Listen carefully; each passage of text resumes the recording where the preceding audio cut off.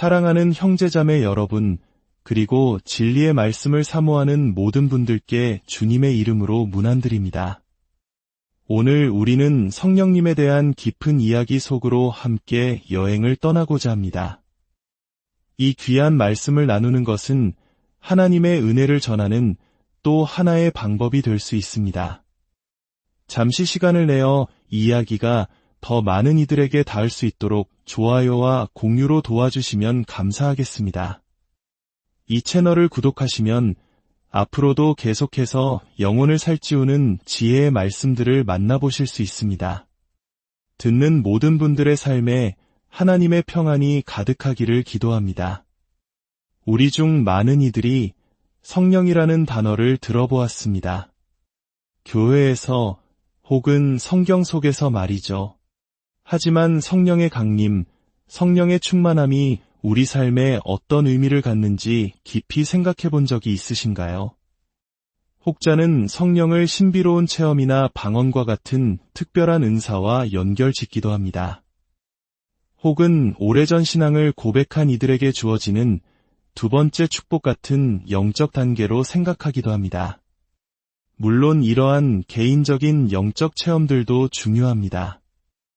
하지만 성경이 우리에게 보여주는 성령의 이야기는 그보다 훨씬 더 거대하고 장엄한 하나님의 구원 계획의 중심에 있습니다. 오늘 우리는 그 위대한 그림을 함께 그려보고자 합니다. 성령의 이야기를 이해하기 위해 많은 사람들은 사도행전 2장의 오순절 사건을 떠올립니다. 제자들이 한 곳에 모여 있을 때 갑자기 하늘로부터 급하고 강한 바람 같은 소리가 나 그들이 앉으놓은 집에 가득하며 불의 혀처럼 갈라지는 것들이 그들에게 보여 각 사람 위에 임하였다고 성경은 기록합니다. 그리고 그들은 모두 성령의 충만함을 받아 각기 다른 언어로 말하기 시작했습니다. 사도행전을 기록한 누가는 왜 이토록 가득함, 즉 충만함이라는 단어를 반복해서 사용했을까요? 집이 가득 찼고 제자들이 가득 찼다는 것은 무엇을 의미할까요? 이는 단순히 감정적인 충만함이나 어떤 현상을 넘어 구약시대부터 이어져 온 하나님의 오랜 약속이 마침내 성취되었음을 선포하는 것입니다.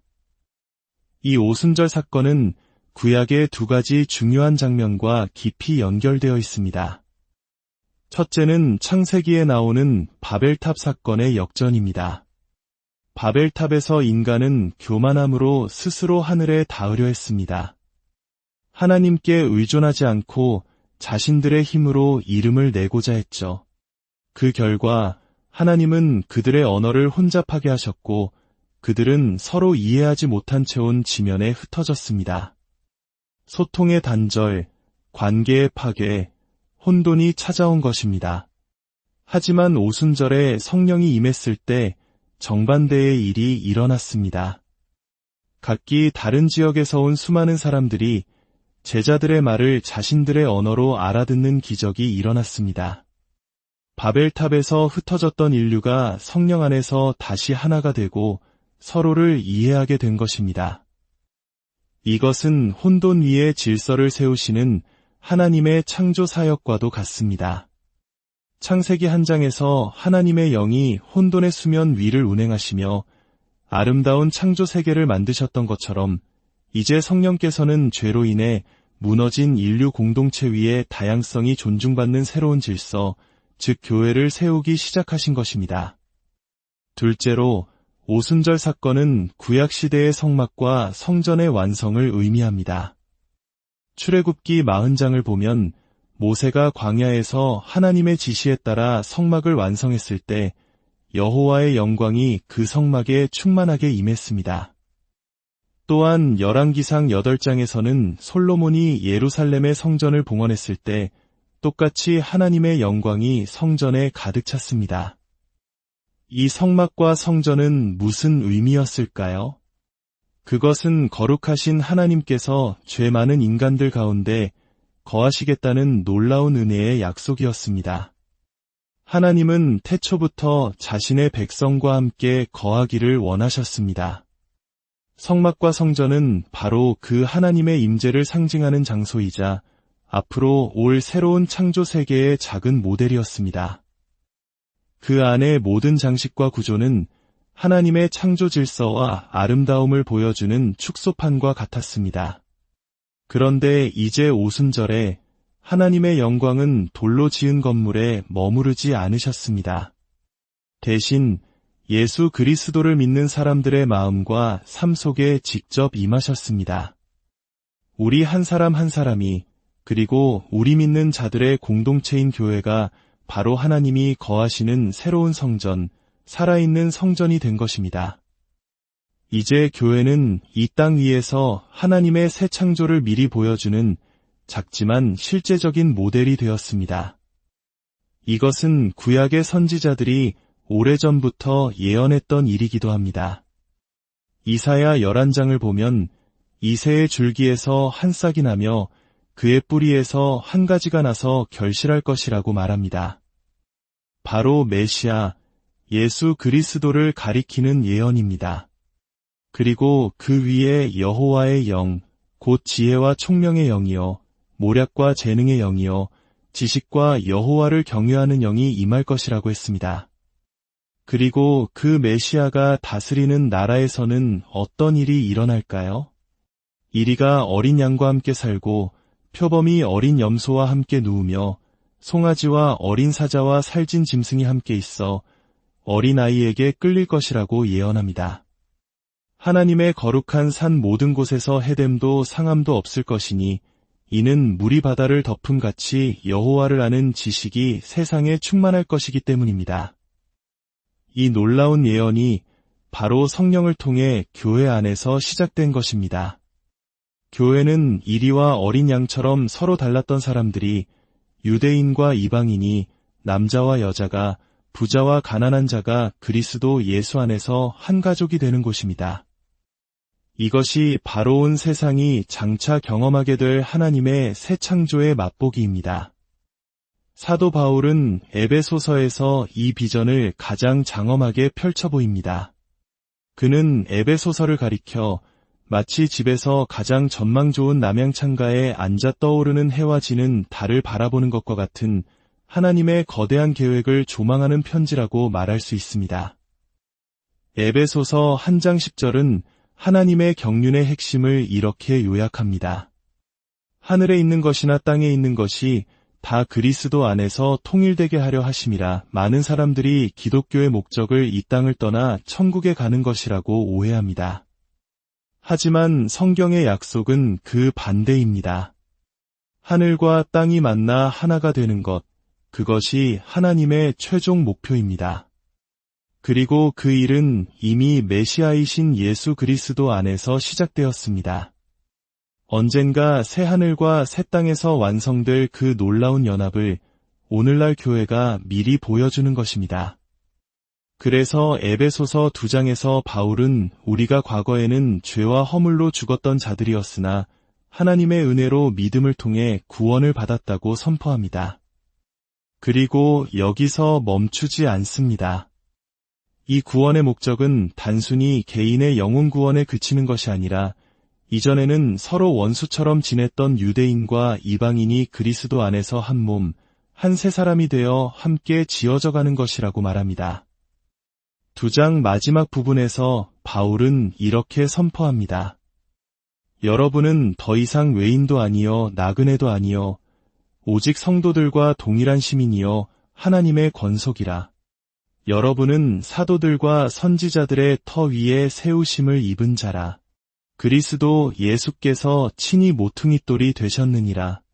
그의 안에서 건물마다 서로 연결하여 주 안에서 성전이 되어가고 너희도 성령 안에서 하나님이 거하실 처소가 되기 위하여 그리스도 예수 안에서 함께 지어져 가느니라. 바로 이것입니다. 우리, 즉 교회가 성령 안에서 하나님이 거하시는 살아있는 성전입니다. 그리고 이렇게 세워진 교회의 존재 자체가 세상의 권세자들에게 보내는 강력한 메시지입니다. 교회가 서로 다른 배경을 가진 사람들이 성령 안에서 하나 되는 모습을 보여줄 때 세상의 권력자들과 어둠의 세력들은 예수 그리스도만이 진정한 주님이시며 하나님의 지혜가 세상의 지혜보다 뛰어나다는 것을 보게 됩니다. 교회가 분열하고 세상과 똑같은 방식으로 다툴 때 우리는 이 거룩한 소명을 잃어버리게 되는 것입니다. 바울은 로마서 15장에서 이 주제를 다시 한번 강조합니다. 당시 로마 교회 안에는 유대인 출신 신자들과 이방인 출신 신자들 사이에 음식 문제나 절기를 지키는 문제로 갈등이 있었습니다. 그들은 서로를 판단하고 의심했습니다.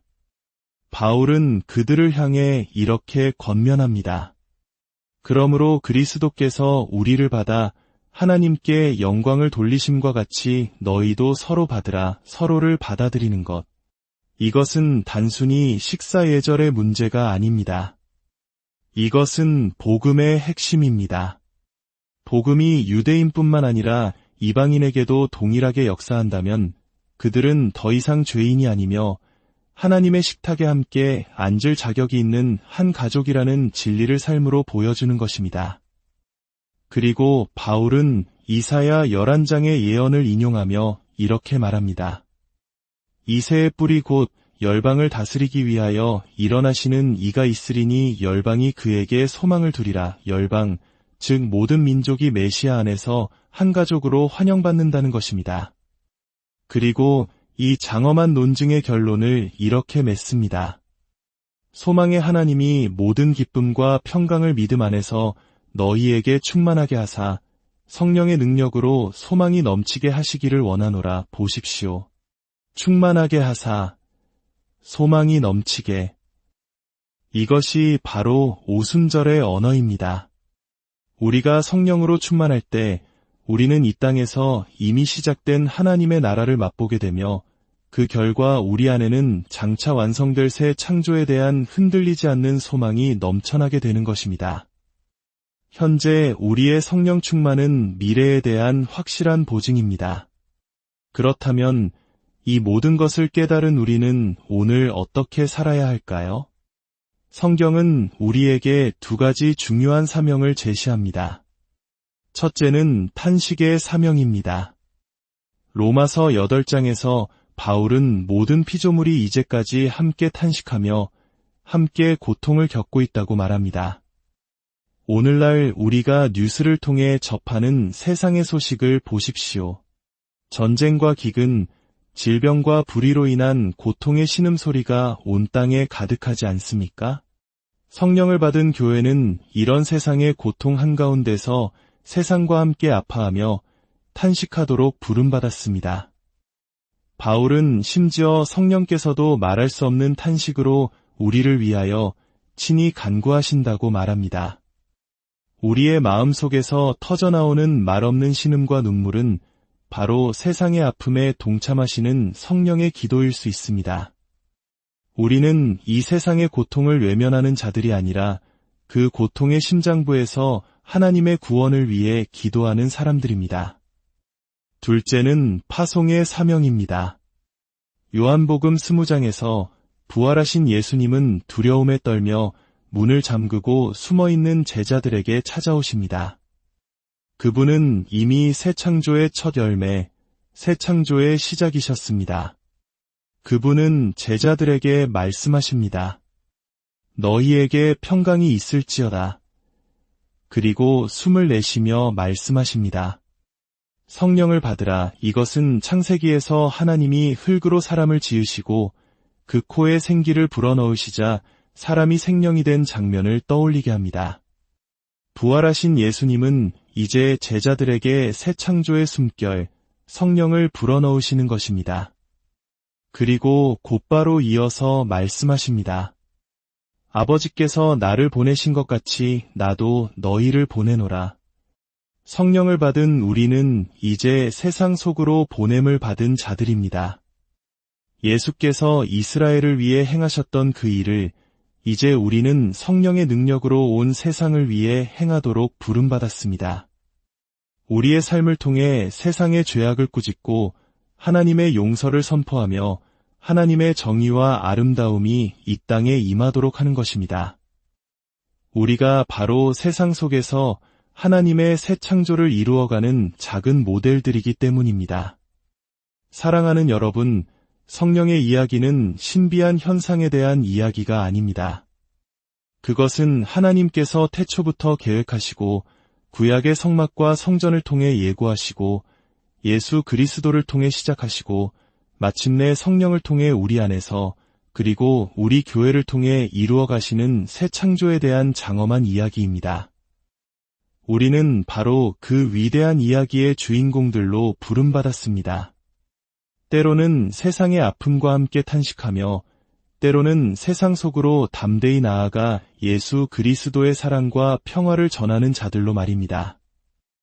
오순절의 첫 교회를 가득 채웠던 그 성령께서 오늘 당신의 마음과 삶을 가득 채우시기를, 당신의 가정과 직장, 그리고 공동체 안에서 당신이 바로 살아있는 성전이 되어 작지만 빛나는 하나님의 새 창조의 모델이 되기를 소망합니다. 그리하여 마침내 물이 바다를 덮음같이 여호와를 아는 지식과 그의 영광이 온 땅에 가득하게 되는 그날까지 우리 모두가 성령의 능력으로 소망 가운데 굳건히 서기를 주님의 이름으로